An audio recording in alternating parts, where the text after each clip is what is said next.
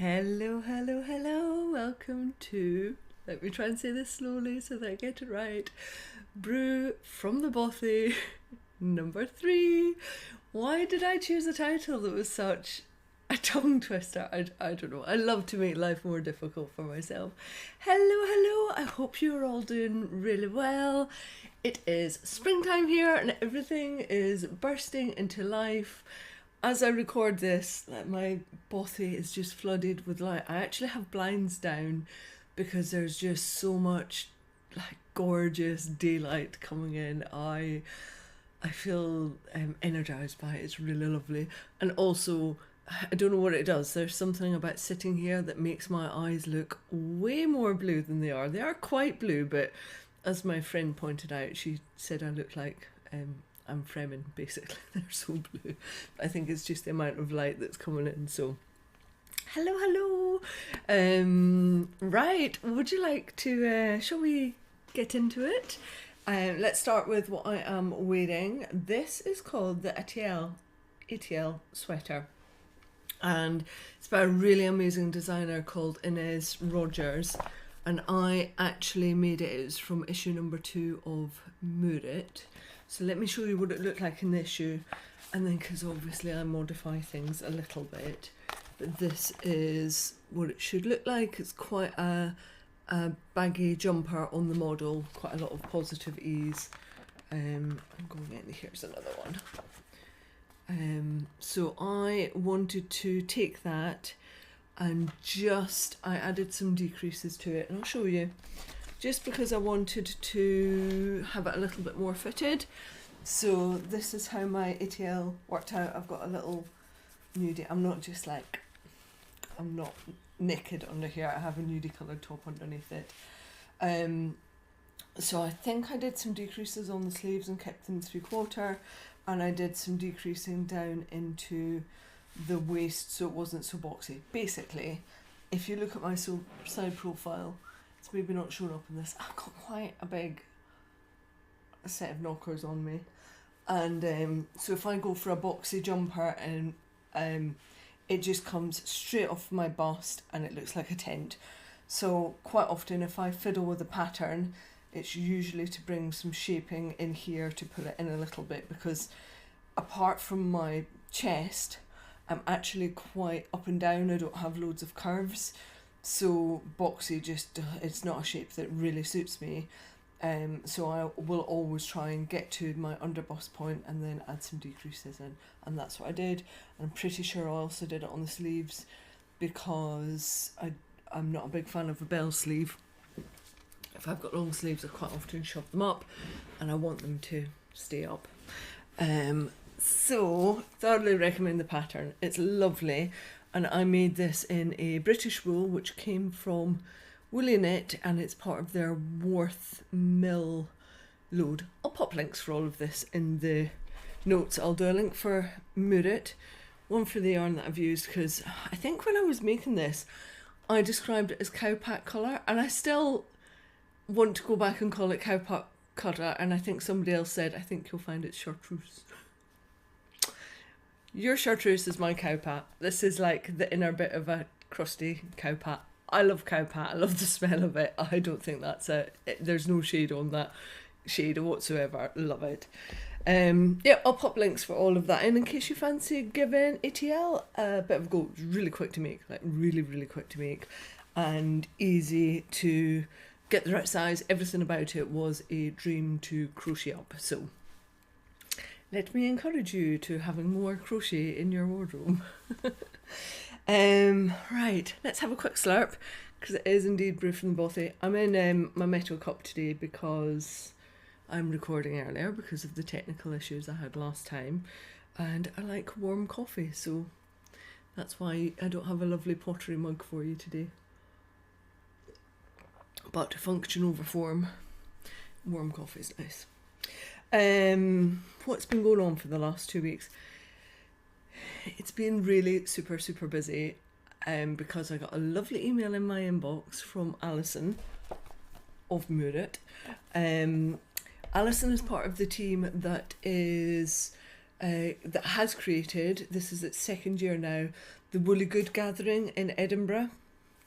It's not the same as Edinburgh Yarn Festival. The last Edinburgh Yarn Festival was in 2019. In 2024, the Wolly Good Gathering had its first outing. It's got a new location this year. I think it's slightly bigger, so more people can get in. And it is this Friday and Saturday, and I'm heading up there with some friends. I was going anyway, but the email that I got from Alison was to ask if I would like to showcase some of my crochet designs. They have this really lovely idea that I've not seen any other yarn show in the UK that I've been to do, and they call it the Aiteall section. And they have like clothes rails, and they spotlight different designers, and you can go and try on the designs and feel the yarn and look at the stitches, and everything will be QR coded so you can get the details for the designer straight away and for the pattern.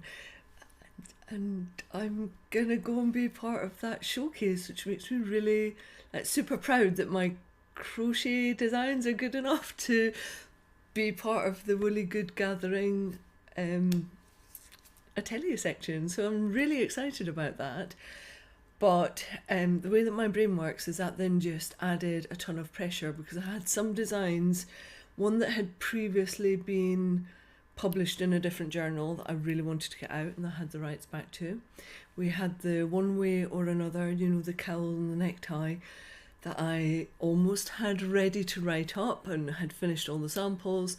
So I've just spent 2 weeks just going at it, getting all of these patterns ready to go. So I'm taking up 6 different patterns, 6 different designs with me in all their glory. So all the iterations of my multi-option patterns. So I'm really looking forward to seeing what people's response is to the crochet, because a lot of the crochet I'm taking isn't what people would think of as crochet.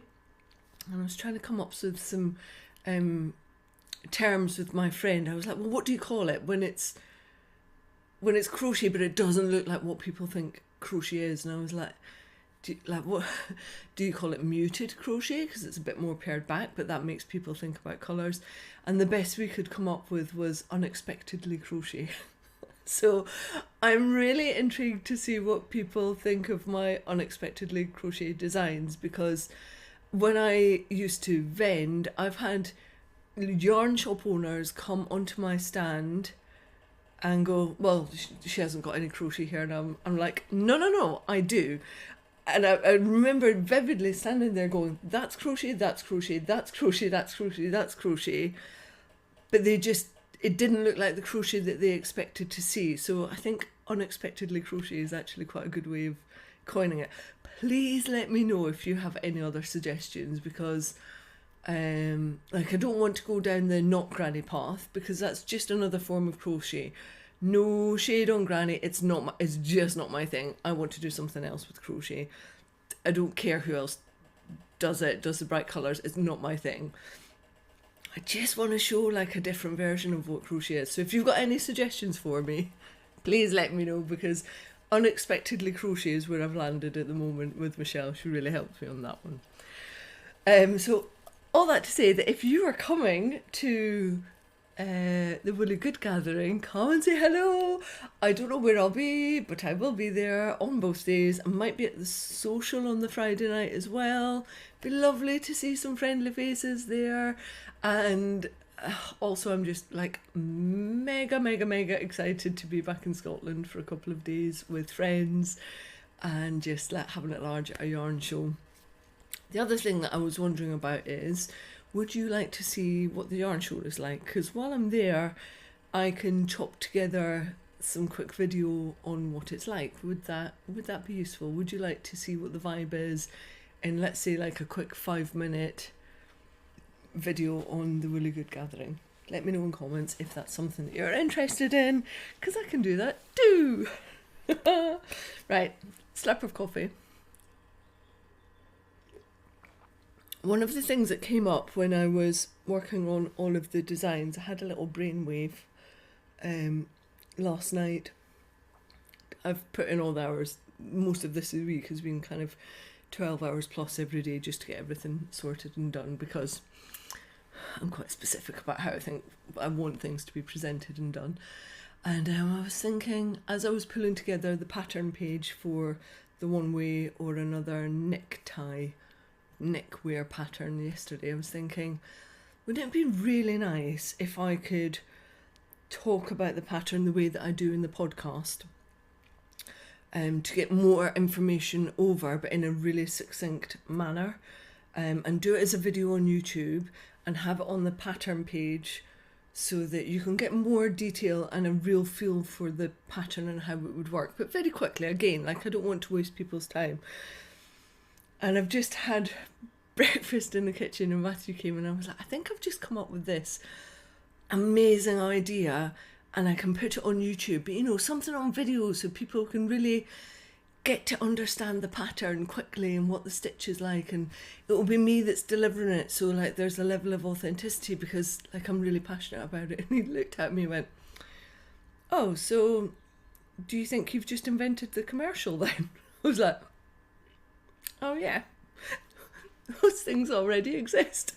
Those videos which are like here are the top things about this thing I want to sell you, it exists. It's a commercial. So I'm thinking about doing little video commercials for each of my pattern that would be available, just so you can see it up front. Like, sometimes photography, you have to do a certain type of photography, whether it be worn or on a mannequin or up close with the stitch, but you can't get drape across on that type of thing. It's really difficult to do that in a photo. And whilst selling platforms like Etsy do want you to have a video, and I've now started putting them up on my Provenance Craft Co sales pages as well, it's not the same as being able to say, look at this 2-row repeat, look at how much drape you get out of this pattern takes this amount of grams. It just feels like a really succinct way to get the information across in a very palatable, image-based way. So I might start doing pattern commercials. Thanks, Matthew. Honestly, the way he delivered it was just like nicely, but like, it's called a commercial. Like, I don't know who you think you are that you're inventing something new that has been going on for decades. So I might. Would that be helpful? I don't know any other designer that does that as like something really succinct as a standalone video. Is that something that you would find helpful to have?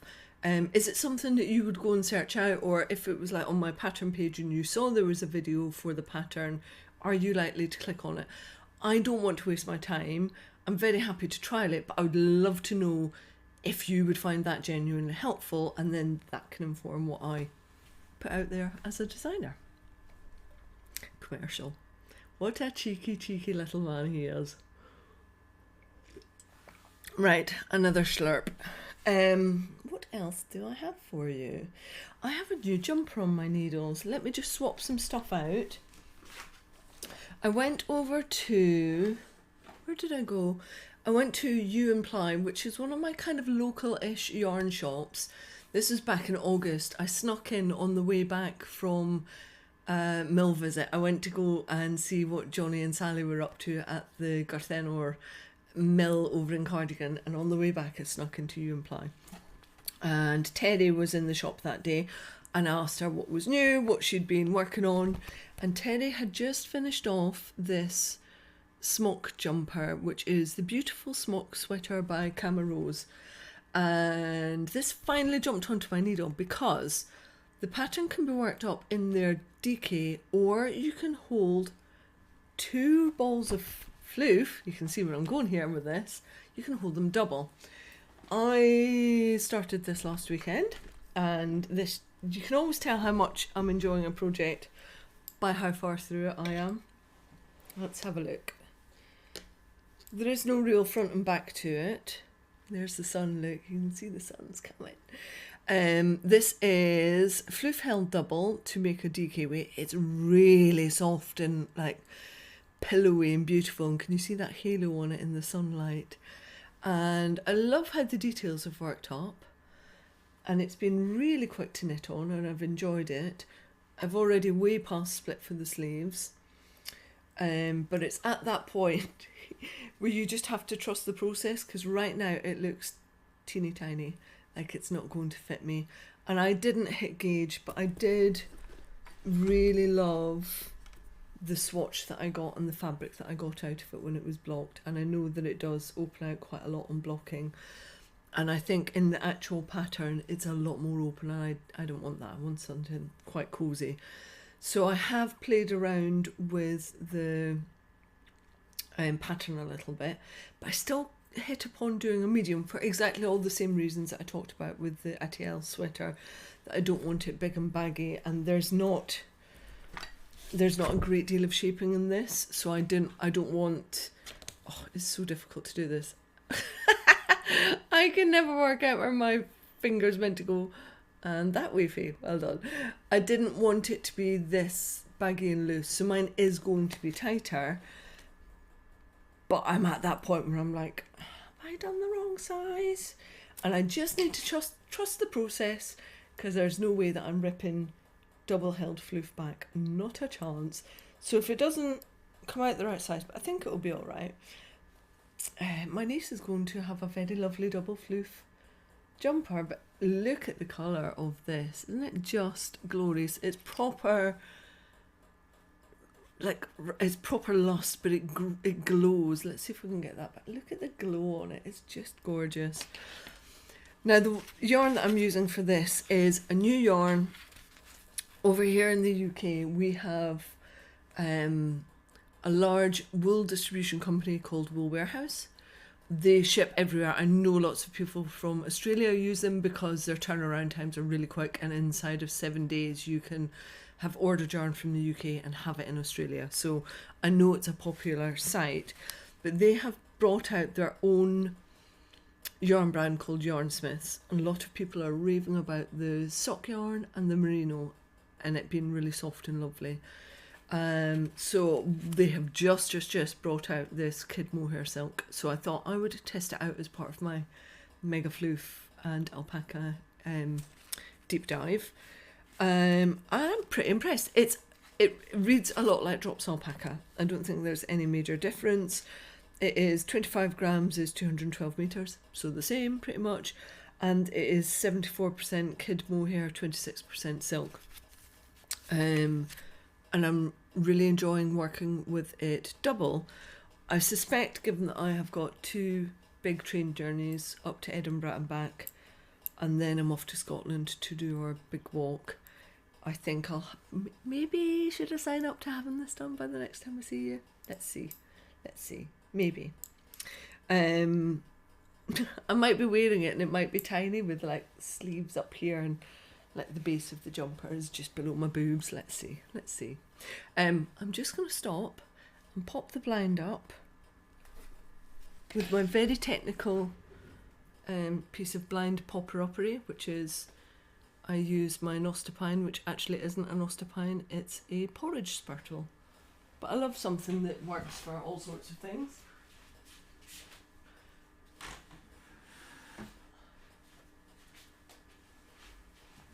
Is that better? That is better. Hello.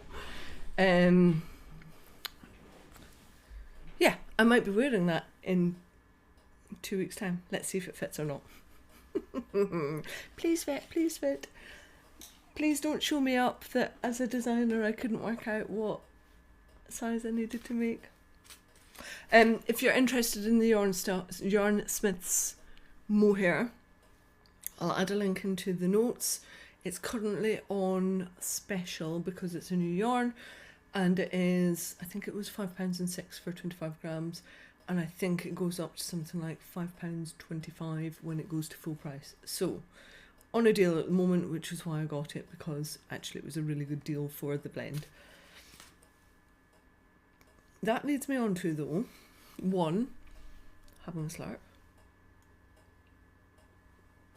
and then 2, one of the questions I had last time round was how you hold yarns double when you're working with floof. So I thought I would actually do a little bit of work on that while I was working on this jumper. It was another good reason for casting the jumper on. So whilst I'm holding this double, it's just double stranded. I haven't done anything special. I haven't added a twist into it as I've been going. I literally have 2 strands and it's working up absolutely fine. Every now and then I won't pick one strand up and I won't see it until I come round to that stitch again on the next round, and at that point I just drop down a stitch, pick up the 2 and go again. But that's quite that's not happening a lot. That's quite irregular. My brain's not working today. That doesn't happen very often. Let's leave it there. So the way that I've done it to begin this jumper was I just got 2 cakes and balled them up together. So in this ball is 2 of these wound together, and it was going really well, but inevitably you might have one that's longer, one that's shorter, so then you've got a little bit of wastage at the end of one of those balls. But also I found that as I've continued to work with it, I've maybe not wound them with the same tension. So I'm now at a point where every couple of meters I have this mass going here, and I have to stop, pull it down to make sure that from my project all the way down to my next range of yarn that I'm going to work from is held double, and I'm not knitting big knots like this into my jumper. So previously, whilst I would have said balling up 2 together was a great idea, I now don't think it is, and it's not how I will work the rest of the project. As soon as I've finished this one, I will step away from this method.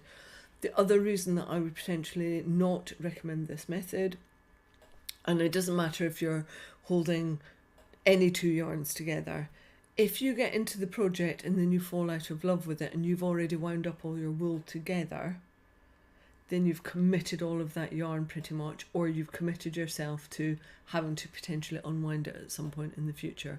And as we know, unwinding and pulling apart 2 things of mohair silk is not that easy. So for those 2 reasons, I wouldn't recommend doing what I've done.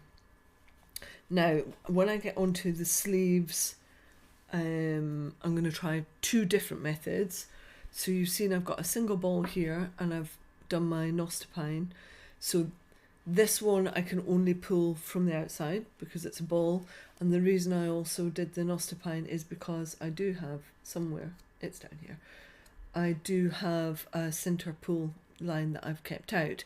So I can test what it's like holding 2 together when you've got one with a centre pull, which should keep quite stable on your table, in your yarn bowl, wherever you've got it in your project bag, whereas the ball, if it's out and about, is more likely to travel, let's say, down a train car, which I've had before, or an aeroplane, or across my living room, or straight into the paws of my cat. That's great if you've got like a little yarn bowl, which is what I use, one like this. It works for that. Not so great if you have free range yarn. So I'll test those 2 together, and then I will also test just leaving it in the cake. I call this more like leaving it in the pat. But as you work from that, sometimes it kind of tumbles and moves, so that's quite movie as well. And then my final one I will actually cake up, because again, from a cake you can do a centre pull. So one sleeve I'll try a pat and a cake centre pull, because then I'm trying the 2 different, does it travel, does it not?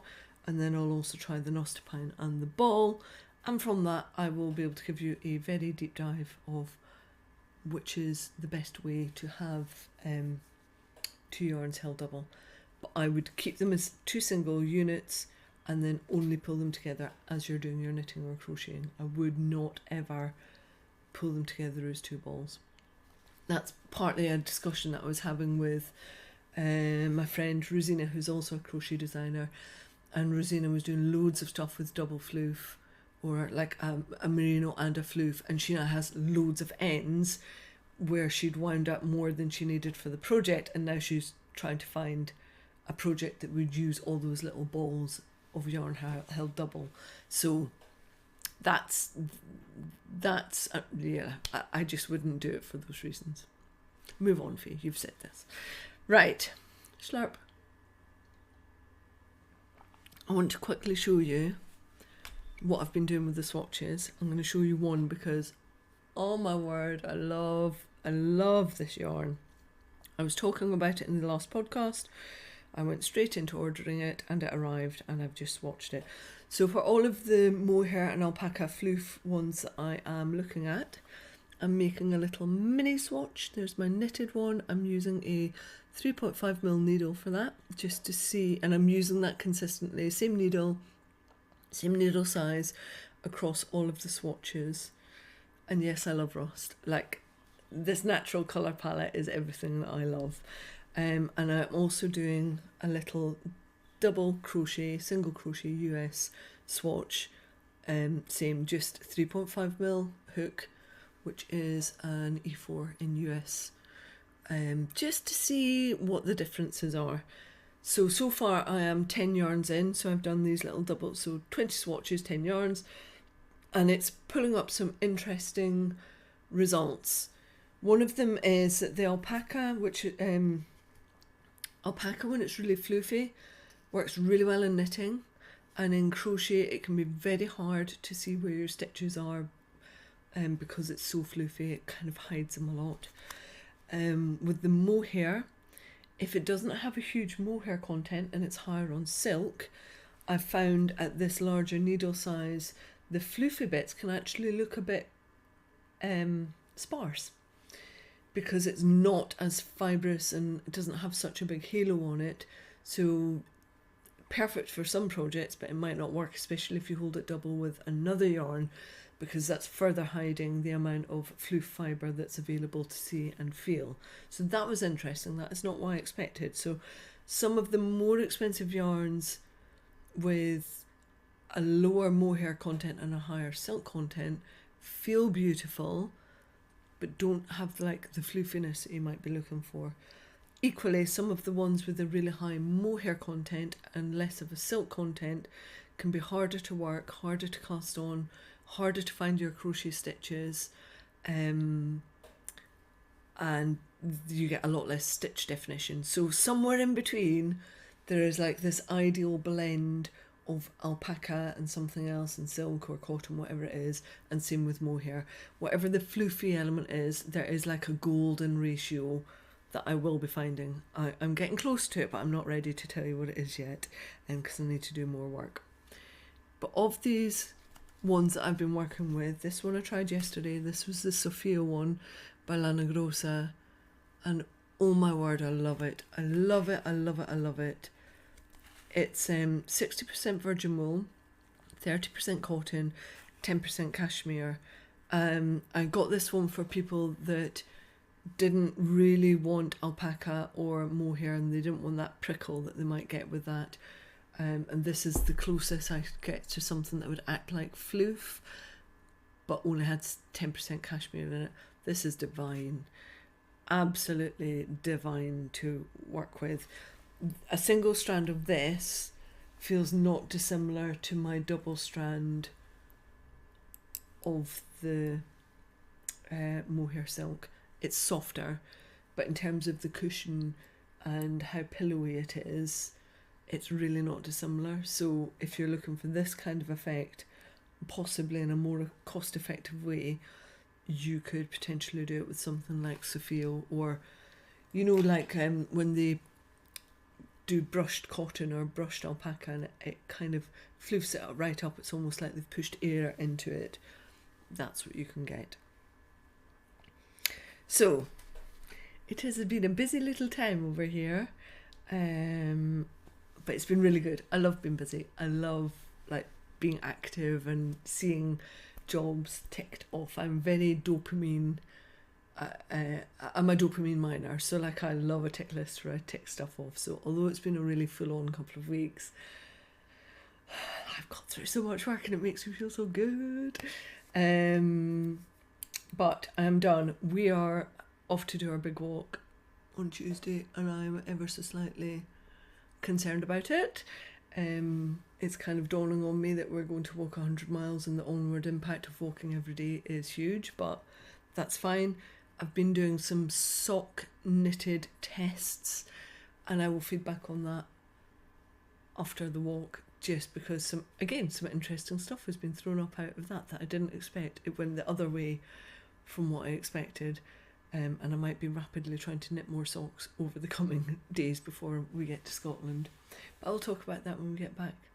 Until then, until 2 weeks' time, when I might be ever so slightly broken and not able to walk, have an amazing couple of weeks, everybody. Thank you for coming and spending some time with me.